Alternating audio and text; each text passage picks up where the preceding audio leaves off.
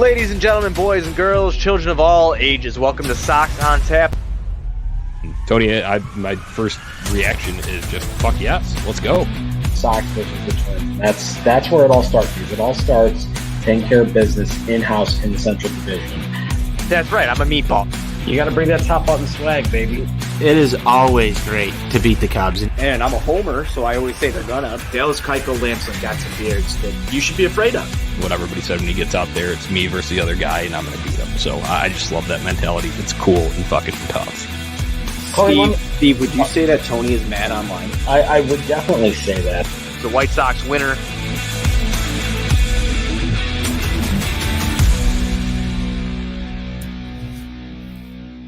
Hello, White Sox fans. This is Tony on Tap. Tonight, I am joined by that pod guy, Duke. You may know him from Bears on Tap. He's also a huge White Sox fan. I've got him tonight to do the Sox on Tap post-game show. Duke, it is your debut. I'm going to turn it over to you in just a second, but before we do that, be sure you're going to ontapsportsnet.com for all of your Chicago sports, literature, and podcasting needs, as our guy Buzz would say, and be sure you are checking out Grandstand for all of your Sox merchandise. Duke, I know you're a Sox fan, and you love Grandstand as well. I think you've frequented there, haven't you, before, Duke? Grandstand? You like Grandstand?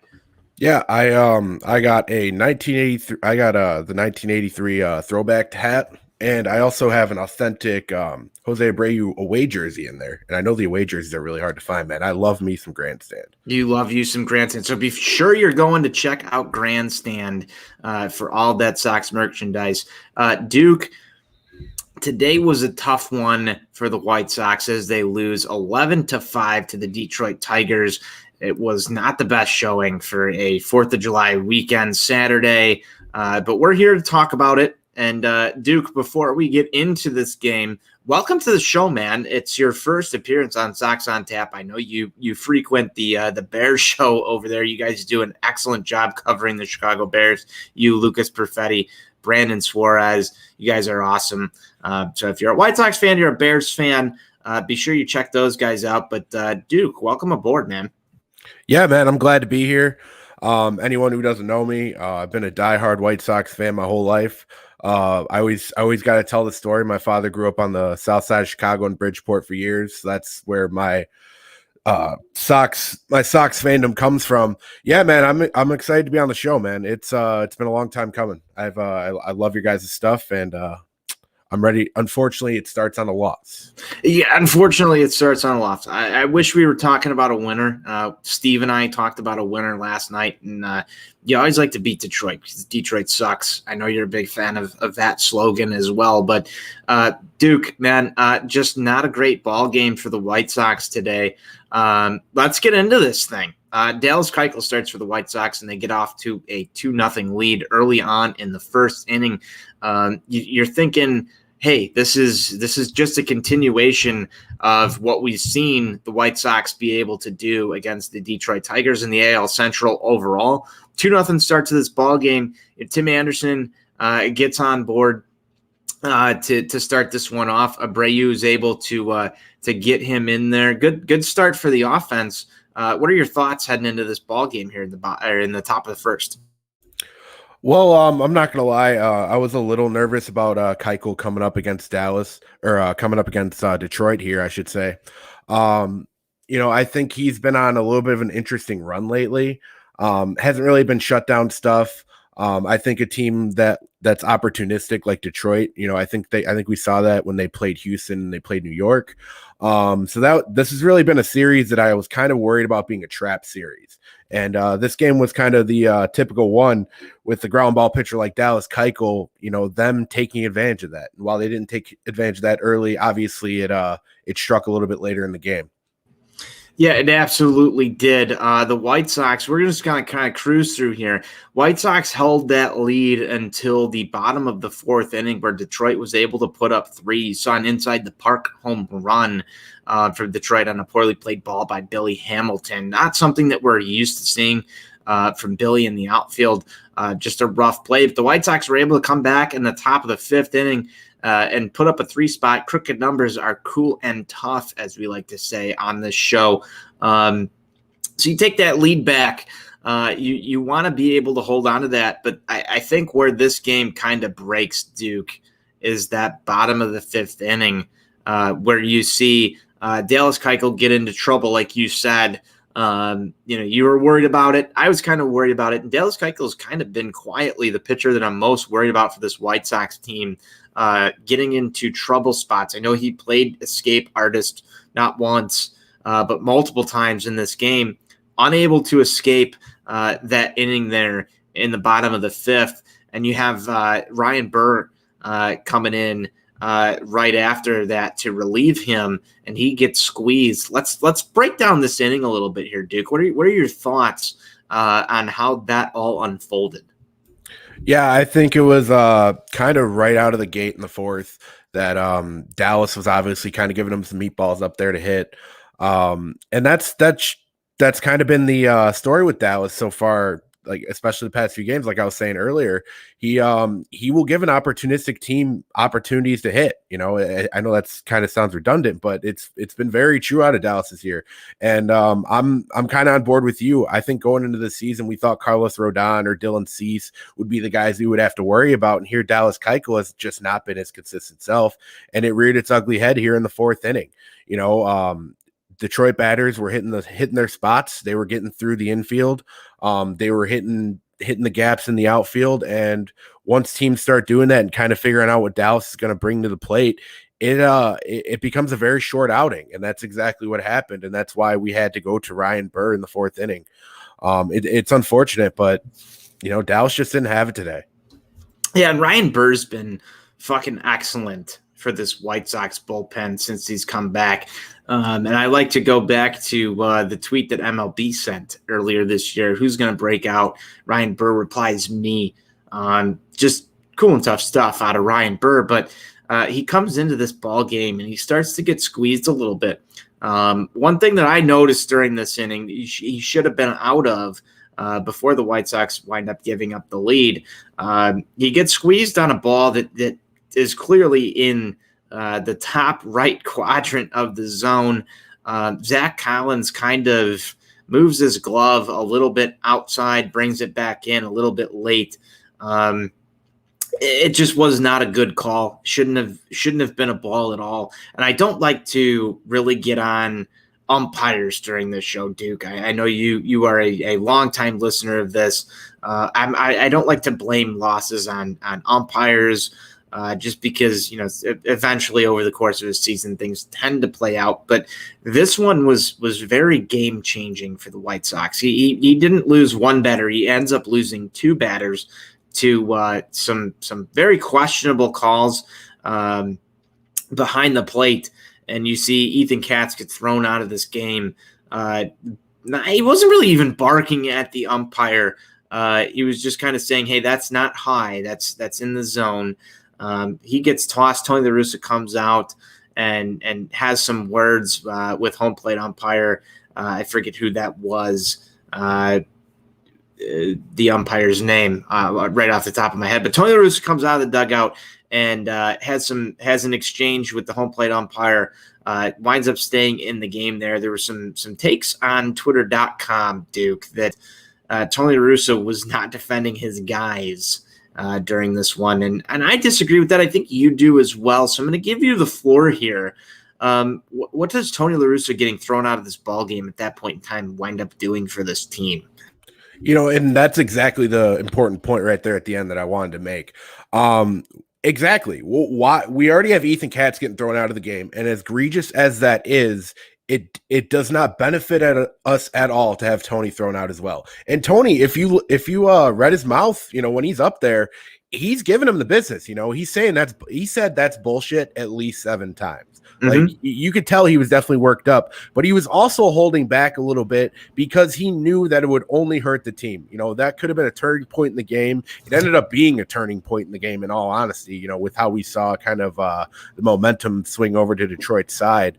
But I think even Stone and Benetti up in the booth, they were making points about how egregious those calls were. They were talking about how ridiculous it was that Ethan Katz got thrown out, because Ethan Katz really isn't like a guy that's going to bark at you. This reminds me a lot of Lucas Giolito getting thrown out like last month in a game where he's sitting on the bench. And, you know, in a similar sense, you know, Tony came out there, he understood that was bullshit in his own words. That was bullshit, but he knew that it was smarter to not get thrown out at that point in the game. Now, if that was a player that got thrown out in that situation with how egregious those two calls were, I think Tony La Russa is easily getting thrown out of that game because he's letting loose, because he has guys like Ethan Katz and Shelley Duncan to be able to cover for him. But he's leaving Shelley Duncan in a really tough spot if he gets thrown out of that game. Yeah, he absolutely is. And I'm going to play devil's advocate here for just a second. You know, Duke, you and I have chatted plenty of times. I'm a TLR guy. That's been pretty much made well known on this show. I know you are as well. Some of the support behind him has come from largely a few Twitter accounts, and I'd say you and I are both up there. Devil's advocate here. Tony La Russa comes out there just absolutely fuming with the intention of getting himself thrown out of this ball game. You know, you can make an argument, I think, that it maybe fires up the team a little bit, puts a little onus on Jose Abreu, Tim Anderson, some of these other guys to step up and be the leaders throughout the rest of this ball game. But you're right. Shelley Duncan then becomes your guy to not only manage the rest of this ball game, but to handle the pitching staff as well. That's a lot of load to put on a guy who, at this point in the season, hasn't had to really hold those duties throughout the rest of the game. And let's be real, we're playing the Detroit Tigers in July. You've got somewhat of a comfortable lead in the AL Central. It's not insurmountable by any means, but could that have sparked the team a little bit or sparked the offense to get this team to win this ball game today? I think that's a fair argument, wouldn't you say? Yeah, you know, I could definitely see that. And, you know, I'd be lying if part of me didn't want to see Tony just lose it and get thrown out. Okay. You know what I mean? We're right there together. We're right there together. Like, exactly. I feel like there's going to be a place in time where Tony La Russa is going to absolutely go ham, and maybe we're just waiting for it. Me as a fan, like, I love that. I feel like you are probably somewhere right along with me in the fact that, like, I love a good ejection. I love a good manager getting fired up. I love him just absolutely doing something ridiculous, covering the home plate in dirt or taking a base and chucking it. Just getting in the umpire's face. That's just fun baseball to watch. But I don't think it served the team a good purpose today for him to get tossed, especially when his pitching coach just got fired out of the ballgame. Could it have been different if Tony La Russa went out there before Katz got ejected to, give his peace of mind to the umpiring crew? I think that's totally reasonable. Maybe he should have been the one that went out there and did that first, and you leave Katz in the game and he's there to make some calls throughout the rest of this. Maybe that's an argument you can make. Yeah, I mean, I could definitely see that. I also think you have to be smart and set a precedent with your young pitcher on the mound. Ryan Burr, I don't know if anyone else caught the camera angle of him walking off the mound when they did the illegal substance check they do between every inning. Ryan Burr was heated. He wanted nothing to do with that home plate umpire, and he ate it. And I'm not so sure Ryan Burr eats it if Tony La Russa loses it and gets thrown out of the game. That would be the point where you feel like Ryan Burr would walk up and kind of join in on the situation, and you don't want that. You don't have another guy in the bullpen warming up at that point. You have Jace Fry, who picked up a baseball, I believe, in the bottom of the next inning, or the top of the next inning. Yeah, because we're away. Yeah, so that was not something we prepared for. We could not afford to have Ryan Burr get thrown out there and have a cold Jace Fry jump into this game. Obviously Jace ends up getting shelled a little bit later, but there's a lot that goes into that as well. So, overall, yeah, dude, I loved Ozzie game when he was in Chicago. I love manager injections. Do I want to see Tony La Russa fucking kick a catcher's mask past Wilson Contreras' face? Absolutely. Eventually down the line. I don't need to see that today. There was no reason for it. No, I totally agree with you. I just want to play devil's advocate because I think it's good for the show. You and I could probably agree on everything, so I will take the stick here and walk with it, and make you say words against it, just for the sake of playing devil's advocate here, because there's two sides to everything, Duke. And as we continue down this one, the that bottom of the fifth really killed the White Sox. And obviously, as we go through here, Jace Fry comes in the sixth inning and looked fantastic. And, man, that breaking ball that he threw in the sixth inning to get that first strikeout was just absolutely phenomenal. I thought, hey, man, he is #back, so to speak. Jace Fry, another weapon out of the bullpen for this White Sox crew. Obviously, they stick with him into the seventh inning, and that didn't go quite as planned like the sixth inning looked. Jace Fry only able to get one out in that seventh inning, and then the damage starts to come here for Jace Fry and the White Sox as the Detroit Tigers were able to put across 3 runs there in the bottom of the seventh. The White Sox offense goes completely cold. Detroit adds 1 in the eighth to make it 11-5. And you're not going to win ball games when the opposition is putting up that many runs against you. Obviously, if we go look back at this one, Dallas Keuchel was the one that got them into trouble. Bullpen B squad was out today, Duke, and that's something that I want to kind of go towards here. As I'm watching this game and Dallas Keuchel was getting into trouble, obviously Ryan Burr is your preferred option. And Jace Fry has not seen any game action. But Michael Kopech is the guy that I wanted to see in that ball game if Ryan Burr got in trouble. Because I feel like you needed, at that point, 2 innings out of a strong reliever, and you haven't seen Michael Kopech in a day or two here. So I thought that it was going to go Burr Kopech and try and bridge this somewhat to Liam Hendricks. Obviously, the offense didn't do what they needed to do to make that happen. So bullpen B squad comes out, and Jace Fry may as well be part of that. You did see after Jace Fry, Matt Foster come in, and he's had just such a rough go this year. He ends up going 1 2/3 innings, giving up 1 run that was earned. He did wind up striking out 3, but the real thing here is that if you look through this White Sox pitching staff, Dallas Keuchel gives up a home run, Jace Fry gives up a home run, and so does Matt Foster. As Steve said last night about the White Sox winner, ball go far, team go far, the Detroit Tigers were able to hit some home runs today, and that was the real damage that happened to the White Sox. Duke, how do we prevent the long ball from the bullpen here, whether it's A squad or B squad? What are your thoughts? Because it just feels like when the White Sox are giving up home runs, multiple home runs in a ball game, they're not going to be able to win. So that's kind of my takeaway here is that you cannot afford to miss your spots as much as this White Sox bullpen has or Dallas Keuchel has so far this season. Well, yeah, and I think a big thing that would help is if Eric Haas never played a game against the White Sox again. He has been the obvious White Sox killer all season. Yeah, man. I think back to your point where we don't want to talk about umpires, causing a loss. You're not going to win a lot of games where you walk 8 batters, and that's what the White Sox totaled up today through the starters and the relievers. The 2 Ryan Burr walks obviously were brutal. We've already kind of covered that. Jace Fry. I wasn't in love with bringing him out for that second inning just because he was just called up. I feel like, the Jake Berger news is what was kind of the big one, but Jace Fry really hasn't seen a ton of action on the major league level in a while. And that 1 inning probably should have just been, a good confidence booster. I wouldn't have mind seeing Kopech come out the next inning after that. But yeah, kind of the point you were talking about with the B squad kind of coming in.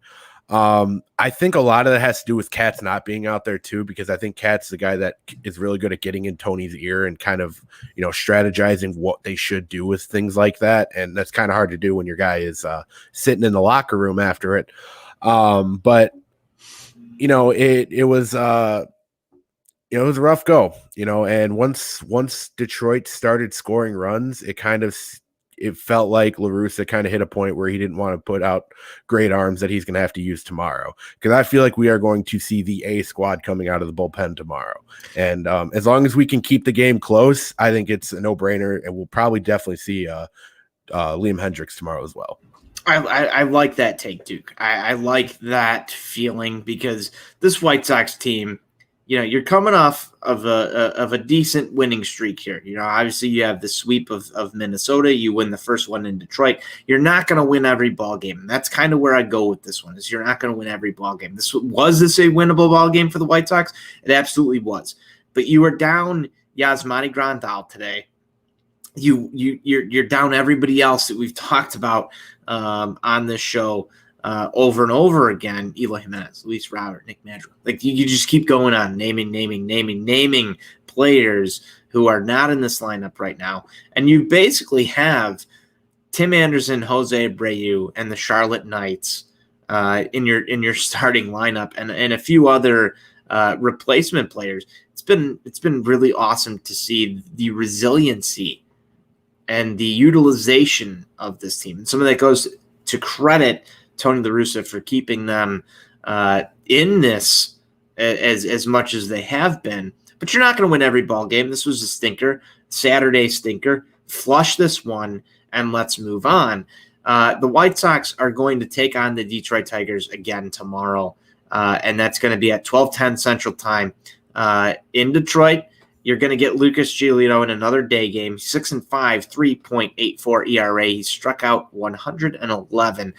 He faces Matt Manning, a 1-2 starter with an 8.16 ERA. He struck out 6 in his very limited time on the mound for Detroit. Not a single batter on the White Sox has faced Matt Manning. If this were a couple of years ago, I would probably say that might be a problem for the White Sox, but I have no doubt in my mind that the White Sox are going to be able to get to this right-hander tomorrow. We're looking up and down the Tigers lineup. They've seen Giolito a lot. They're very used to him. Miguel Cabrera with a team-leading 23 at-bats against Lucas Giolito, right above Jeimer Candelario, who's faced him 22 times. And actually, Jonathan Scope has also faced Giolito 23 times and is hitting 304. If we look at this game tomorrow and we want to flush this one down the drain, Lucas Giolito has some work to do. This Detroit Tigers lineup has seen him before, Duke, and some of these guys have done fairly well against him. If you're looking at Nomar Mazara, even hitting 400 against him with five at bats, and it has gone deep against Lucas Giolito earlier this season. They know Giolito's game. It's going to be on the offense for me tomorrow. I don't know about you, but this offense needs to put up 6-7 runs against Detroit, and that's very doable. That's my key to the game. The offense needs to be able to put up some runs. I would say my key would be Lucas Giolito holding Detroit to about 3 runs. I think if he can do that, I think we're sitting very well. To your point, kind of on the top of your segment there, I think the White Sox lineup, seeing a pitcher they've never seen before, bodes very well for the White Sox lineup. I think we have good enough hitters who, this guy's not going to have necessarily the best scouting report because the best scouting report is pitching against these guys. And if he hasn't pitched against any of them, then he doesn't really know what to expect. I could see a big day out of Tim tomorrow. I think he's the one that really bodes well off of seeing new pitchers. And I wouldn't be surprised if a guy like Sheets or Berger had a big day tomorrow, because this is going to be a pitcher that doesn't know them either. And I think that's going to be their biggest benefit as long as they're going to be up on the major league roster. Obviously, I think Jose had a really good game today. I could see that carrying over tomorrow as well. I wouldn't mind seeing him build some confidence. He's kind of been really hit or miss so far this year, and this kind of feels like around the time of the year where he really turns it on. So I think that bodes really well. And kind of like we were saying in the last segment, I really think the A-team bullpen is going to be out tomorrow. So I think scoring, kind of like you said, 5, 6, 7 runs, I think that's a key for victory right there. But I think the biggest one would be before we see any of those other relievers, Lucas Giolito putting his meat on the table, kind of having a little bit of a comeback game, because I was at the last Detroit Lucas Giolito game, and it was pretty rough to watch. It was in those South Side uniforms. Me and Buzz were talking a ton of garbage to Robbie Grossman in right field. But I think that is the biggest key. I think Lucas Giolito needs to show up. Lucas has his catcher, He doesn't have a choice at this point. He has his catcher, almost said James McCann, Zach Collins. So, I'm hoping that really sets the tone, because I think anyone we bring in after Giolito tomorrow is going to lock it down. I love it. So you hit on a few things here. Your guy that's going to get the job done, Tim Anderson, is that who you're taking for your pick to click? Yeah, I'll take that as my pick to click then. My very first official Tap recorded pick to click. Your very first official pick to click, Tim Anderson, crack him. There you go. What are you drinking there? Is that a spotted cow in a can? I've never actually seen a spotted cow in a can. So my girlfriend actually just went to Pennsylvania, and before she left this in my fridge as kind of a going away present. Yeah, they sell them in 12 packs now. I remember when they originally started doing it a couple years ago, and nobody really knew how to feel about it. Not as good as a bottle and not as good as on tap, but gets the job done. Never had it on tap. I do have a few spotted cows left from your venture down to Lockport, Illinois. Spotted cows left in the fridge. Need to get you back down here for a White Sox game before this season ends, Duke. But you know what? I have to go with my guy Gavin Sheets. I told this to Steve last night. Gavin Sheets is my pick to click until he is no longer on this White Sox roster. So I'm going to stay true to form.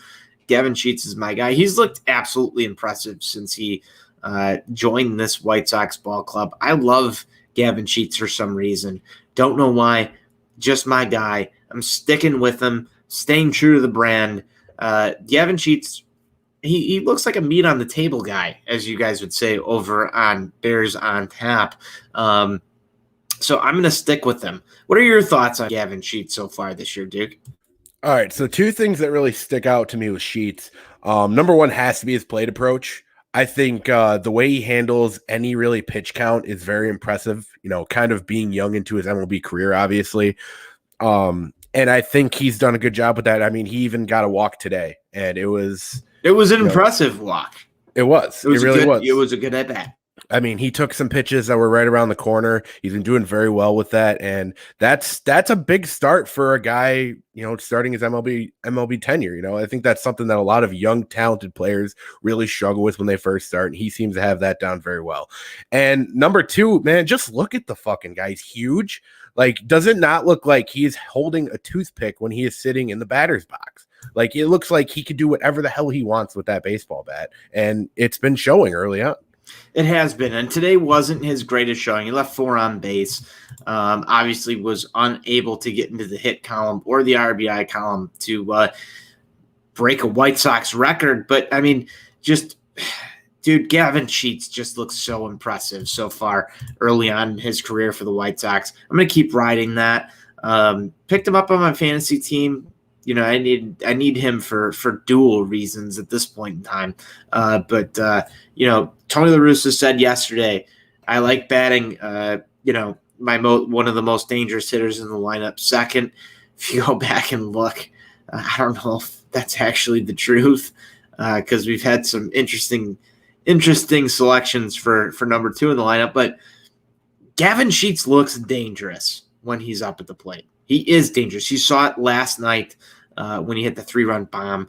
1 or 2 Gavin Sheets swings today. This could have been a completely different ballgame. I'm sticking to riding with him. So picks to click for tomorrow. Duke has Tim Anderson. I'm sticking with my guy Gavin Sheets, as I will continue to do so on this show. But Duke, before we close this thing down, I know we're closing in real close on a half hour here. Thoughts on the White Sox, because you're not on this show.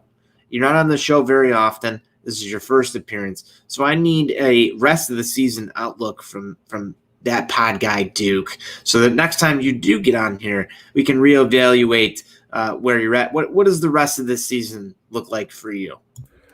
I think, and I guess this is kind of, if I'm looking at it from a completely broad spectrum, because that's how I try to do it. I try to look down the road at all times. I try not to get too lost in the moment.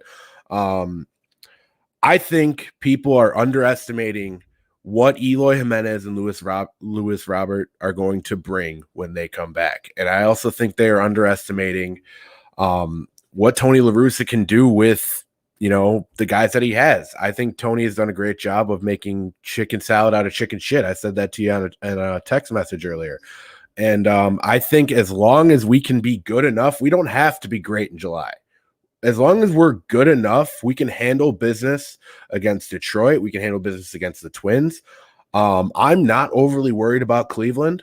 I think their pitching is going to hold them back completely. They did just get Franmil Reyes back today, which is going to be a big power bat. But I think if we can hold off on really making any franchise-changing moves until we can get Eloy and Robert back, I think we will be just fine, and I think they will get up to speed just in time for the playoffs. And I'm pretty sure I've said this to Buzz a couple times when we've talked about the White Sox is all I care about is October. All we got to do is get there. After that, I'm not worried about a damn thing because this starting rotation is where it's at, and if any of these guys fall off, we have a guy in Michael Kopech ready to take off. So I am not at all worried about where we're at right now. We just need to continue to win ball games. We need to, even when we're not sweeping guys or sweeping teams, we need to split series. You know what I mean? Just continue winning. Continue having a winning percentage every single month. I want a winning percentage. I want us to be over 500 every single month. And I think we will go a long way. I love that take, Duke, and I completely agree with it. It's been excellent talking White Sox baseball with you. Again, the White Sox have a series finale against the Detroit Tigers tomorrow. That's going to be 4th of July game held at 12:10 Central Time against the Detroit Tigers. You got Lucas Giolito on the mound for the White Sox. Duke's riding with Tim Anderson. I'm riding with Gavin Sheets. Duke, it is a pleasure to talk about White Sox baseball with you. Despite the outcome, again, today was an 11-5 final. Just a rough one on a Saturday on a holiday weekend. We're cracking them here, as we will continue to do so at OnTap Sportsnet. Duke, it's awesome having you on to talk White Sox baseball. Thank you for joining me today. Any other final thoughts that you have, man, before we close this down? Hey, man, enjoy your 4th of July weekend. Try to be up before 2 o'clock tomorrow. Don't let the hangovers kill you too much, because tomorrow is the day where we actually got to celebrate this nation we live in. Go White Sox, baby. I cannot freaking wait to get back on the South Side, and I cannot wait to get back in Lot B. Yes, absolutely. We got to get you out to one of those Lot B tailgates, and I know that you will be up there in Milwaukee with us when Sox on Tap heads on up to the Brewers White Sox series at the end of July. I will be there. Can't wait to have some beers with you there, but hopefully we get to do that before that happens. But other than that, man, like I said multiple times on this show, it's great to talk White Sox baseball with you, Duke. I'm going to close this out the way we always do, with a good old White Sox forever. White Sox forever, baby. Crack 'em.